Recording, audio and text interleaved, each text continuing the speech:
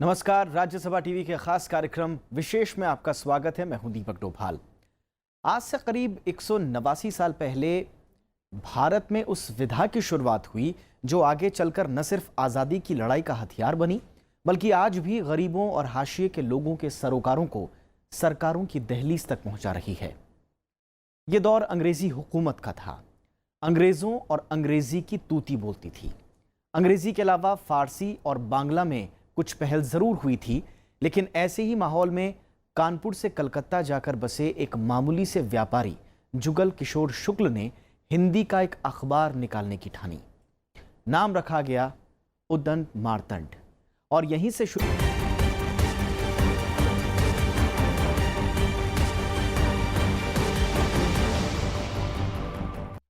30 मई यानी हिंदी पत्रकारिता दिवस 1826 में इसी दिन पंडित जुगल किशोर शुक्ल ने हिंदी के पहले समाचार पत्र उदंत मार्तंड का प्रकाशन शुरू किया। हालांकि यह साप्ताहिक समाचार पत्र महज 1.5 साल ही प्रकाशित हो पाया, लेकिन इस दौरान उदंत मार्तंड ने जो नींव रखी उसी पर आगे चलकर हिंदी पत्रकारिता की बुलंद इमारत तैयार हुई। उदंत मार्तंड निज भाषा में लोगों की बात लोगों तक पहुंचाने की एक मुकम्मल पहल थी। उन दिनों कोलकाता कलकत्ता कहलाता था। शहर में बड़ा बाजार के नजदीक कोलू टोला मोहल्ला था। इस मोहल्ले की गली नंबर 37 यानी आमड़ तल्ला में रहते थे पंडित जुगल किशोर शुक्ल। हालांकि शुक्ल जी का जन्म कानपुर में हुआ, लेकिन व्यापार के सिलसिले में वो कलकत्ता आकर बस गए। कोलकाता में तब अंग्रेजी, फारसी और बांग्ला में अनेक समाचार पत्र निकल रहे थे, लेकिन इनमें हिंदी का कोई न था। ऐसे में पंडित जुगल किशोर शुक्ल ने एक साप्ताहिक हिंदी पत्र निकालने की योजना बनाई। उदंत मार्तंड मैं समझता हूँ कि 6 महीने से ज़्यादा चल नहीं सका, उसको बंद कर दिया गया। फिर उन्होंने पैसा जुटाया। पैसे का अभाव सबसे बड़ी समस्या थी। पैसा नहीं था, लोग उसको विज्ञापन देने को और उसके ग्राहक बनने को तैयार नहीं थे। संपादक मालिक अपने शुक्ल जी खुद अखबार लेकर सेठों के यहाँ जाते थे और घर घर जाकर वार्षिक ग्राहक बनाते थे अखबार का। तो इस तरह के संघर्ष से हिंदी पत्रकारिता उभरी है। उदंत मार्तंड का अर्थ है समाचार सूर्य। अपने नाम के अनुरूप उदंत मार्तंड का उदय हिंदी पत्रकारिता के आकाश पर हुआ और जल्द ही ये काफी लोकप्रिय हो गया। इसकी प्रस्तावना में पंडित जुगल किशोर शुक्ल ने लिखा, ये उदंत मार्तंड अब पहले हिंदुस्तानियों के हित के हेतु आज तक किसी ने नहीं चलाया। अंग्रेजी, पारसी, बांग्ला में समाचार का कागज छपता है। उनका सुख उन भाषाओं के जानने और पढ़ने वालों को ही होता है। इससे सत्य समाचार हिंदुस्तानी लोग देख, पढ़ और समझ लें, पराई भाषा से अपेक्षा ना करें। देखिए, चूंकि वो हिंदी का पहला अखबार था और अखबार छापना उस जमाने में आसान नहीं था। एक तो सबसे बड़ी बात थी कि अंग्रेज़ों का राज था, पैसे नहीं थे, लोगों के माने हिंदी का जो प्रेस था वो उसमें छपाई के काम इतना आसान नहीं था। तो बहुत बड़ी चुनौती थी ये एक अखबार शुरू करना। हालांकि उदंत मार्तंड से करीब 6 साल पहले 1820 में एक द्विभाषी पत्र का प्रकाशन हुआ। गोस्पल मैगजीन नाम का ये पत्र हिंदी और बांग्ला में था। इसमें सूचित किया गया कि पत्र के जरूरी अंश नागरी लिपि में भी प्रकाशित होंगे, लेकिन नागरी में इसका एक ही अंक उपलब्ध है। इस लिहाज से उदंत मार्तंड हिंदी भाषा समाचार पत्र है। इस पत्र में ब्रिज और खड़ी बोली का इस्तेमाल होता रहा। इन दोनों बोलियों के मिश्रित रूप को पत्र के संचालकों ने मध्य देशी भाषा का नाम दिया। यह अखबार 12 बाई 8 इंच के पेज साइज में छपता और हर मंगलवार को वितरित किया जाता। देखिए, भारतीय पत्रकारिता की ही शुरुआत कलकत्ता से हुई। तो पहले वहाँ से अंग्रेजी का अखबार शुरू हुआ, बांग्ला का शुरू हुआ, उसके बाद हिंदी का शुरू हुआ। ये हिंदी के लिए भी बड़ी गौरव की बात है कि वो किसी हिंदी प्रदेश में नहीं हुआ था, बांग्ला प्रदेश में वहाँ से शुरुआत हुई। लेकिन वो बहुत अंग्रेज़ों का शासन था, उनका दबाव था, उनका दमन था। लेकिन सरकारी मदद के बिना उन दिनों अखबार निकालना आसान न था। उदंत मार्तंड को भी जल्द ही वित्तीय परेशानियों का सामना करना पड़ा। पंडित जुगल किशोर शुक्ल की आर्थिक स्थिति अच्छी नहीं थी और अखबार को कहीं और से वित्तीय मदद मिल नहीं रही थी। तत्कालीन ईस्ट इंडिया कंपनी सरकार ने इस अखबार को डाक खर्च तक में छूट नहीं दी। आज के जैसे व्यवसायिक लाभ और विज्ञापन की आमदनी उन दिनों उपलब्ध न थे। उदंत मार्तंड के सिर्फ 79 अंक ही प्रकाशित हो पाए। आखिरकार 1.5 साल बाद 4 दिसंबर 1827 को इसका प्रकाशन बंद करना पड़ा और इस तरह हिंदी पत्रकारिता के स्वर्णिम इतिहास का पहला अध्याय समाप्त हुआ। मोहम्मद फातेह टीपू के साथ जैगम मुर्तजा, राज्यसभा टीवी। लेकिन उदंत मार्तंड की शुरुआत भारत में पत्रकारिता की शुरुआत नहीं थी। आधुनिक पत्रकारिता का ये इतिहास उससे भी पहले का और काफी पुराना है। 18वीं सदी के आखिर में इस दिशा में भी प्रयास शुरू हो चुके थे। हिक्की का कलकत्ता गजट भारतीय पत्रकारिता के सफर में मील का पहला पत्थर माना जाता है। भारत में छपाई की पहली मशीन 1674 में आई। देश का पहला अखबार 1780 में प्रकाशित जेम्स अगस्टस हिकी का बंगाल गजेट था। इसके बाद कलकत्ता, बंबई और मद्रास में पत्रकारिता परवान चढ़ने लगी। 1826 में कानपुर के व्यापारी पंडित जुगल किशोर शुक्ल ने कोलकाता से हिंदी का पहला समाचार पत्र उदंत मार्तंड निकालना शुरू किया। हालांकि तब तक भारतीय भाषाओं में कई पत्र बाजार में आ चुके थे। बाद के जो छपने वाले अखबार और पत्र पत्रिकाएं हैं, उन्होंने बहुत बड़ा योगदान रोल दिया है इस भाषा को बनाने में, इसको विकसित करने में, इसको गढ़ने में। तो मैं समझता हूं कि उदंत मार्तंड का उल्लेखनीय योगदान था। वो अखबार बहुत दिनों तक नहीं चला, लेकिन चूंकि वो पहला अखबार था इसलिए उसका बहुत महत्व है, क्योंकि वो शुरुआत हो, उसने एक रास्ता खोला। रास्ते पर हम चल करके आज यहां तक पहुंचे हैं। 1826 से 1873 के समय को हिंदी पत्रकारिता का पहला चरण माना जाता है। इस दौरान उदंत मार्तंड के अलावा 1829 में बंगदूत, 1834 में प्रजामित्र, 1845 में बनारस अखबार, 1846 में मार्तंड पंचभाषीय, 1846 में ज्ञानदीप और 1849 में मालवा अखबार का प्रकाशन शुरू हुआ। 1850 में तारा मोहन मित्र ने काशी से सुधाकर निकाला। इसके अलावा 1852 में बुद्धि प्रकाश, 1853 में ग्वालियर गजट, 1854 में समाचार सुधावर्षण, 1855 में राजा लक्ष्मण सिंह का प्रजाहितैषी, 1863 का लोकमित्र, 1865 का तत्वबोधिनी पत्रिका, 1869 का ब्रह्म ज्ञान प्रकाश, 1870 का अल्मोड़ा अखबार, 1871 का बुंदेलखंड अखबार, 1895 का नागरी प्रचारिणी पत्रिका और 1900 में प्रकाशित सरस्वती प्रमुख हैं। इनमें राजा शिव प्रसाद का बनारस अखबार उर्दू भाषा शैली में था, तो सुधाकर और प्रजाहितैषी संस्कृत निश हिंदी में थे। शुरुआती कई दशक तो जो भी हिंदी पत्रकार और पत्रकारिता अखबार या पत्रिकाएं थी जो थोड़ा स्वतंत्र चेता थे, जो आज़ादी के आंदोलन के साथ खड़े होते थे, उनको तमाम तरह की समस्याओं का, दबावों का सामना करना पड़ता था। हिंदी भाषा और पत्रकारिता के विकास में भारतेंदु हरिश्चंद्र का अतुलनीय योगदान है। उन्होंने 1867 में कवि वचन सुधा नाम से अखबार निकाला। इसे हिंदी भाषा का पहला महत्वपूर्ण पत्र माना जाता है। 1873 में भारतेंदु ने हरिश्चंद्र मैगजीन का प्रकाशन शुरू किया। इसे हिंदी खड़ी बोली के विकास का अहम साल माना जाता है। एक साल बाद ही इसका नाम हरिश्चंद्र से हरिश्चंद्रिका कर दिया गया। 1874 में उन्होंने महिलाओं के लिए बाल बोधनी पत्रिका शुरू की। 19वीं सदी से आखिरी 25 साल में भारतेंदु हरिश्चंद्र की पत्रकारिता आदर्श थी। उनकी टीका टिप्पणियों से अधिकारी तक घबराते थे। उनकी प्रकाशित टिप्पणियों से नाराज काशी मजिस्ट्रेट ने भारतेंदु के पत्रों को शिक्षा विभाग के लिए खरीदना बंद करा दिया। गणेश शंकर विद्यार्थी जैसा आप देखिए कि वो हर बार बार उनको जेल भेजा जाता था, लेकिन उन्होंने कभी अंग्रेज़ों के खिलाफ, अंग्रेज़ी राज के खिलाफ लिखना नहीं छोड़ा। उन्होंने कोई समझौता नहीं किया। तो हिंदी पत्रकारिता का इतिहास दरअसल उसका जो सबसे गौरवपूर्ण अध्याय है वो उन संपादकों, मालिकों का है जिन्होंने तमाम कष्ट सहकर, जिन्होंने जेल जाकर, कई लोगों ने अपनी जानें गंवाई हैं, लेकिन उन्होंने स्वतंत्रता की जो लॉ थी उसको छोड़ने से इनकार किया। उन्होंने समझौता नहीं किया। भारतेंदु के अलावा उस दौर में हिंदी पत्रकारिता को बुलंदियों तक पहुंचाने में पंडित रुद्रदत्त शर्मा, बालकृष्ण भट्ट, दुर्गा प्रसाद मिश्र, पंडित सदानंद मिश्र, पंडित वंशीधर, बद्री नारायण चौधरी, प्रेमधन, देवकी नंदन त्रिपाठी, राधाचरण गोस्वामी, पंडित गौरीदत्त, राजा रामपाल सिंह, प्रताप नारायण मिश्र, अंबिका दत्त व्यास, बाबू रामकृष्ण वर्मा, पंडित राम गुलाम अवस्थी, योगेश चंद्र बसु, पंडित कुंदन लाल, बाबू देवकीनंदन खत्री, मुंशी प्रेमचंद्र और बाबू जगन्नाथ का नाम सम्मान के साथ लिया जाता है।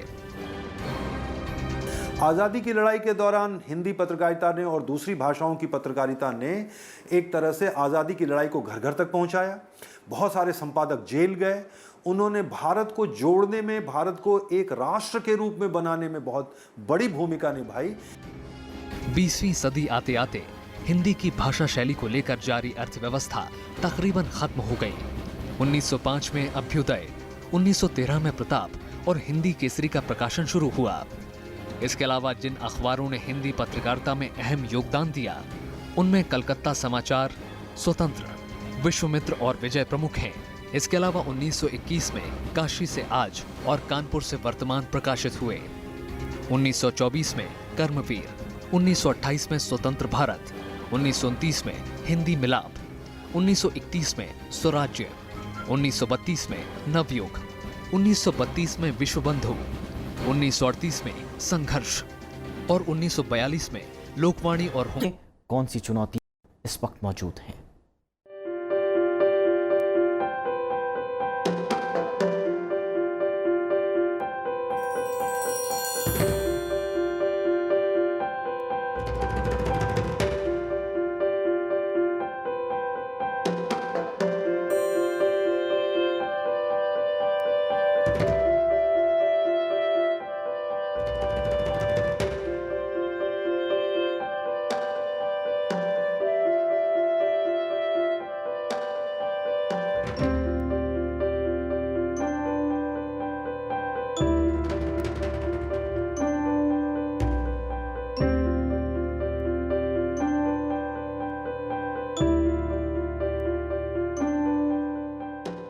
हिंदी पत्रकारिता के महान संपादकों में से एक बाबूराव विष्णु पराडकर का ये संपादकीय नए भारत को नई चुनौतियों से आगाह कर रहा था।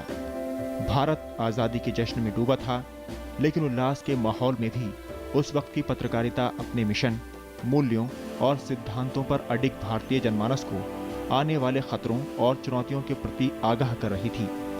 लेकिन आज हिंदी पत्रकारिता नए युग में प्रवेश कर गई है और इसमें उसके साथ नई किस्म की चुनौतियां और विकृतियां भी जुड़ी हैं। लंबे वक्त तक हिंदी अखबार समाज का दर्पण माने जाते रहे। पत्रकारिता मिशन होती थी, लेकिन अब पूरी तरह से व्यावसायिकता हावी है, जो आज सबसे बड़ी चुनौती है। आजाद भारत बनने और अंग्रेजों के स्वदेश लौटने की प्रक्रिया के दौरान ही पत्रकारिता के व्यवसायीकरण की शुरुआत हो गई थी। उस दौरान कुछ अंग्रेज उद्योगपतियों ने अपने समाचार पत्र प्रतिष्ठान भारतीयों को बेचना शुरू कर दिया। बिड़ला परिवार ने सबसे पहले समाचार जगत में कदम रखा। घनश्याम दास बिड़ला ने इलाहाबाद से प्रकाशित लीडर और भारत, पटना से प्रकाशित सर्चलाइट के शेयर खरीद लिए। हिंदुस्तान टाइम्स के शेयर खरीदने के लिए मदन मोहन मालवीय को भी बिड़ला परिवार ने ही सहयोग दिया। बम्बई से टाइम्स ऑफ इंडिया और इलस्ट्रेट वीकली ऑफ इंडिया निकालने वाली बेनेट कॉलमैन को रामकृष्ण डालमिया ने खरीद लिया। इसी तरह स्टेट्समैन 7 औद्योगिक घरानों के हाथ में आ गया। इस तरह पत्रकारिता से धन कमाने और व्यवसाय वृत्ति की कवायद और तेज हो गई। हिंदी पत्रकारिता में आज जो सबसे बड़ी चुनौती है कि डेमोक्रेटिक डेफिसिट को खत्म करना, लोगों के, आम लोगों के, गरीबों के सरोकारों से खुद को जोड़ना, जो एक मिशनरी भाव होना चाहिए पत्रकारिता में, यानी जो जन सरोकार के मुद्दे हैं उनको उठाना, चाहे वो किसानों के सवाल हों, आदिवासियों के सवाल होती गई। हिंदी के अखबार सबसे ज़्यादा पेड न्यूज़ में इन्वॉल्व रहे हैं, तो उनकी साख तो एक तरह से गिर रही है, खबरों को बेचा जा रहा है। तो मुझे लगता है कि ये जो खबरों को बेचने की बात है, इस पर रोक लगनी चाहिए। जो पत्रकारों के कामकाज की शर्तें हैं वो बेहतर होनी चाहिए। जैसे ज़्यादातर अखबारों में जो उनको पे स्केल मिलना चाहिए वो नहीं दिया जा रहा है। तो ये सब ऐसे जो मजीठिया आयोग को लागू होना चाहिए था वो नहीं है। उनको कोई ट्रेड यूनियन अधिकार नहीं है, अपनी आवाज़ उठाने का अधिकार नहीं है। जिनके बारे में कहा था कि पूरी दुनिया की आवाज़ उठाएंगे, उनकी आवाज़ उठाने वाला। तो मुझे लगता है कि ये सब कई ऐसे सवाल हैं जो आज की हिंदी पत्रकारिता के सामने हैं। 60, 70 और 80 के दशक में धर्मवीर भारती, राजेंद्र माथुर और प्रभाष जोशी जैसे संपादकों की अगुवाई में हिंदी अखबार देश की दिशा दशा तय करने में महत्वपूर्ण भूमिका निभाते थे। लेकिन आज के हिंदी अखबार सर्कुलेशन और प्रकाशन में अंग्रेजी अखबारों से आगे होने के बावजूद एजेंडा तय कर पाने में नाकाम साबित हो रहे हैं। बीते कुछ वर्षों का उदाहरण लें तो बड़े खुलासों से लेकर राजनीतिक सामाजिक विमर्श के बड़े मुद्दे अंग्रेजी अखबारों ने ही ब्रेक किए। हिंदी अखबार रूटीन खबरों की तरह सीमित नजर आए।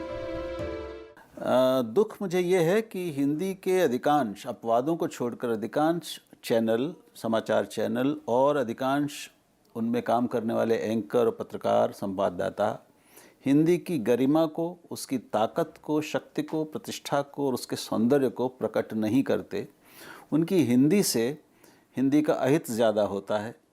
वो एक लंगड़ी लूली किस्म की हिंदी बोलते हैं और उससे ये संदेश जाता है, वो देते हैं कि सिर्फ हिंदी में अब बोलना संभव नहीं है। हिंदी पत्रकारिता की एक चुनौती निवेश भी है।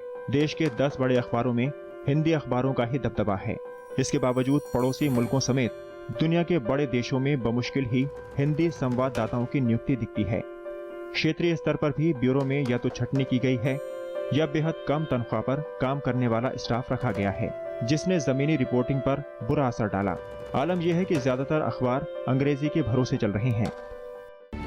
एक दौर था जब देश के बड़े साहित्यकार संपादक होते थे, जिनका पत्रकारिता से ज्यादा भाषा के विकास पर जोर रहता था। फिर वो दौर भी आया जब जमीनी पत्रकारिता वाले लोगों को संपादक की जिम्मेदारी मिली।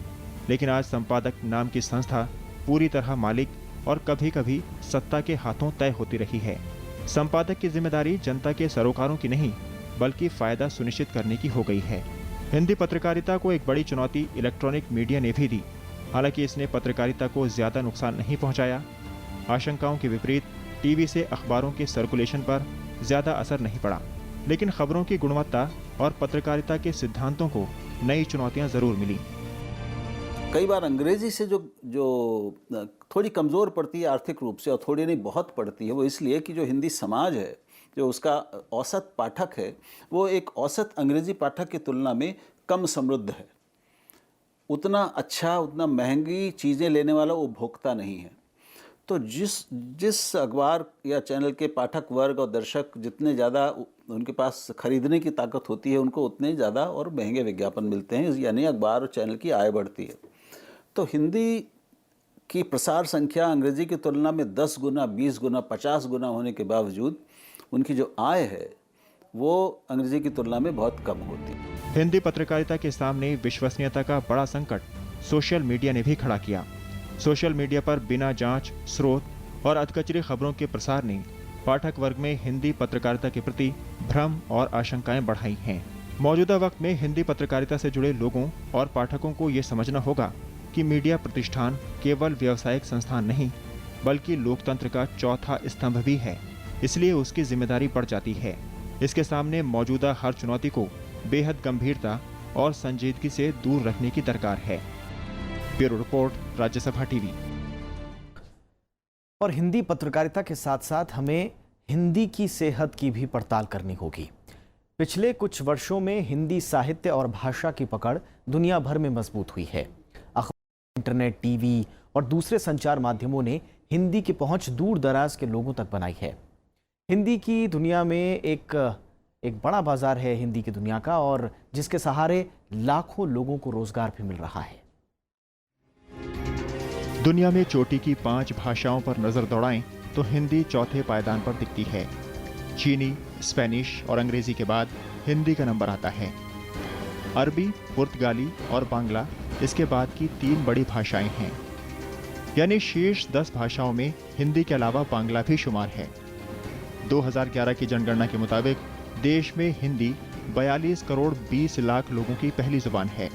भारत में अंग्रेजी को जिस दर्जे का प्रश्रय मिला, उसके बावजूद महज 2,26,449 लोगों की पहली जुबान अंग्रेजी है। हिंदी न सिर्फ लोगों की जुबान पर है, बल्कि इसका बाजार भी बहुत बड़ा है। 1977 के बाद की हिंदी पत्रकारिता में बहुत तेजी से विस्तार हुआ है, जहां पूरी दुनिया में अखबार एक तरह से बंद हो रहे हैं, उनका सर्कुलेशन गिर रहा है। भारत में भाषाई अखबारों का सर्कुलेशन बढ़ रहा है, उनकी आमदनी बढ़ रही है। सरकार के मुताबिक देश में 41% लोगों की जुबान हिंदी है। जिन 10 राज्यों को हिंदी पट्टी बुलाया जाता है, उनमें करीब 50 करोड़ की आबादी बसती है। लेकिन मामला सिर्फ भारत तक सीमित नहीं है, बल्कि दुनिया में करीब दर्जन भर और मुल्क हैं जहां हिंदी भाषी लोगों की अच्छी खासी तादाद है। देश में सबसे ज़्यादा पढ़े जाने वाले अखबारों की सूची में हिंदी की तूती बोलती है। दैनिक जागरण, हिंदुस्तान और दैनिक भास्कर जैसे 3 बड़े अखबारों की पाठक संख्या 1 करोड़ से ज़्यादा है। चौथे नंबर पर मलयाला मनोरमा, 5वें नंबर पर दैनिक थांती और छठे पर फिर से हिंदी अखबार राजस्थान पत्रिका का नंबर आता है। शीर्ष 10 पत्रिकाओं में 5 नाम हिंदी के हैं। सिर्फ मीडिया ही नहीं, फिल्म बाजार में भी हिंदी का दबदबा है। कि प्रसार संख्या की दृष्टि से, पाठकों की संख्या की दृष्टि से हिंदी पत्रकारिता और हिंदी के अखबार दुनिया के सबसे बड़े अखबारों में से एक है। देश के 10 सबसे बड़े अखबारों में सबसे पहले जो 4 या 5 हैं वो हिंदी के अखबार हैं। देश में इस वक्त करीब 25,000 करोड़ रुपए का प्रकाशन बाजार है। इनमें से 26% प्रकाशन पर हिंदी का कब्जा है। फिक्की की रिपोर्ट के मुताबिक सालाना 30% की बढ़ोतरी हो रही है। हिंदी भाषी इलाकों में रहने वाले लोगों की तादाद को देखते हुए बड़े बड़े ब्रांड इसमें उतर रहे हैं। हिंदी पत्रकारिता उद्योग बेहतर कर रहा है, लेकिन अगर पत्रकारिता की मूल भावना के हिसाब से देखें तो क्वालिटी और कंटेंट, इन दोनों में एक समस्या मुझे दिखती है कि आज से 25, 30, 40 साल पहले की जो पत्रकारिता थी या आज़ादी के पहले की जो पत्रकारिता में जो एक मिशन भाव था, समाज के जो सरोकार थे, वो सरोकार कम हुए हैं। उत्तर भारत के जिन भाषा वैज्ञानिकों के मुताबिक हिंदी साहित्य का इतिहास वैदिक काल से आरंभ होता है। हालांकि समय समय पर इसका नाम बदलता रहा, कभी वैदिक, कभी संस्कृत, कभी प्रकृत, कभी अपभ्रंश और अब हिंदी। हिंदी भाषा के उद्भव और विकास की प्रचलित धारणाओं के मुताबिक प्रकृत की अंतिम अपभ्रंश अवस्था से ही हिंदी का उद्भव माना जाता है। इसे विद्यापति ने देसी भाषा कहा। हिंदी साहित्य का आरंभ 8वीं शताब्दी से माना जाता है। बौद्ध धर्म की एक शाखा वज्रयान के सिद्धों ने जनता के बीच उस समय की लोक भाषा में अपने मत का प्रचार किया। हिंदी का प्राचीन साहित्य इन्हीं सिद्धों ने पुरानी हिंदी में लिखा। इसके बाद नाथपंथी साधुओं ने बौद्ध, शांकर, तंत्र, योग और शैव मतों को मिलाकर एक नया पंथ चलाया। इन्होंने लोक प्रचलित पुरानी हिंदी में अनेक धार्मिक ग्रंथ की रचना की। इसके बाद जैनियों की रचनाएं भी मिलती हैं। इसी काल में अब्दुल रहमान का काव्य संदेश रासक भी लिखा गया, जिसमें परवर्ती बोलचाल के निकट की भाषा मिलती है। 11वीं सदी में देशी भाषा हिंदी का रूप साफ हुआ। इस काल में राजाओं के संरक्षण में चारणों और भाटों ने रासों के रूप में प्रचलित वीर गाथा लिखी। इसी दौरान मैथिल कोकिल विद्यापति हुए, जिनकी पदावली में मानवीय सौंदर्य और प्रेम की अनुपम व्यंजना मिलती है। अमीर खुसरो का भी यही समय है। इन्होंने ठेठ खड़ी बोली में अनेक पहेलियां, मुकरियां और दो सखुन की रचना की। इनके गीतों दोहों की भाषा ब्रिज भाषा है।